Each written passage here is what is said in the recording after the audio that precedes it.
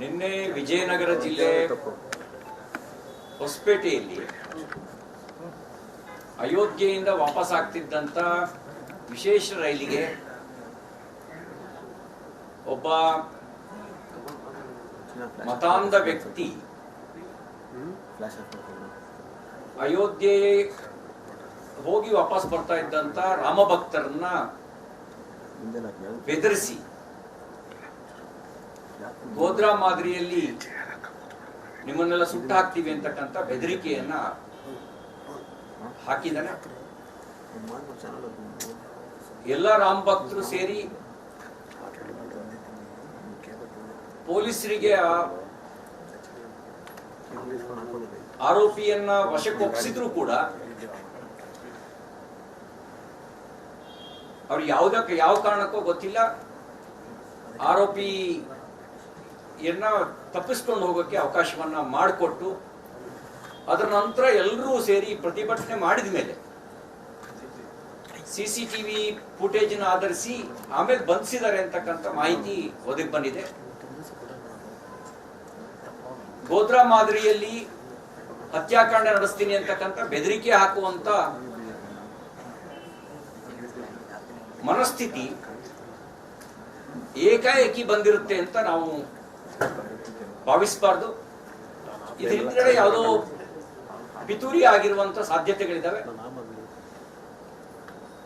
ಹಾಗಾಗಿ ಇದನ್ನ ಸಮಗ್ರವಾಗಿ ತನಿಖೆ ಮಾಡಬೇಕು ಅಂತ ನಾನು ಆಗ್ರಹಿಸ್ತೇನೆ. ಇತ್ತೀಚೆಗೆ ರಾಮನಗರದಲ್ಲಿ ವಕೀಲನೊಬ್ಬ ವಾರಣಾಸಿ ಜ್ಞಾನವ್ಯಾಪಿ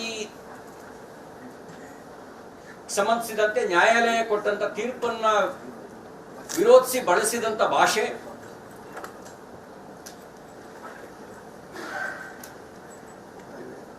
ಈಗ ಹಿಂದಿನ ಬಳ್ಳಾರಿ ಈಗಿನ ವಿಜಯನಗರ ಜಿಲ್ಲೆಯ ಹೊಸಪೇಟೆಯಲ್ಲಿ ನಡೆದಂತ ಕೃತ್ಯ ಇವು ಕೇವಲ ಐಸೋಲೇಟೆಡ್ ಇನ್ಸಿಡೆಂಟ್ ಅಂತ ಹೇಳಿ ಭಾವಿಸಬಾರ್ದು.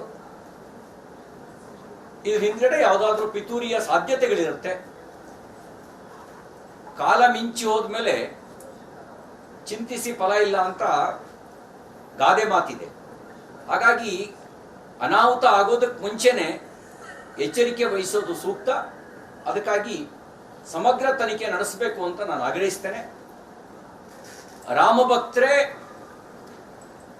ಆರೋಪಿಯನ್ನ ಹಿಡಿದುಕೊಟ್ಟ ನಂತರವೂ ಕೂಡ ಪೊಲೀಸರು ವಶಕ್ಕೆ ತೆಗೆದುಕೊಳ್ಳದೆ ಅವನು ತಪ್ಪಿಸ್ಕೊಂಡು ಹೋಗೋದಕ್ಕೆ ಕಾರಣ ಆಗಿದ್ದು ಬಹಳ ಗಂಭೀರವಾಗಿ ತೆಗೆದುಕೊಳ್ಬೇಕಾಗಿರುವಂತ ಸಂಗತಿ. ಯಾರು ಅಲ್ಲಿ ಸ್ಥಳದಲ್ಲಿ ಇದ್ದಂತ ಪೊಲೀಸರು ಅವ್ರ ಕರ್ತವ್ಯ ಲೋಪ ಎಸಗಿದ್ದಾರೆ, ಅವ್ರ ಮೇಲೂ ಕೂಡ ಕ್ರಮ ಕೈಗೊಳ್ಳಬೇಕು ಅಂತ ನಾನು ಈ ಸಂದರ್ಭದಲ್ಲಿ ಆಗ್ರಹಿಸ್ತೇನೆ.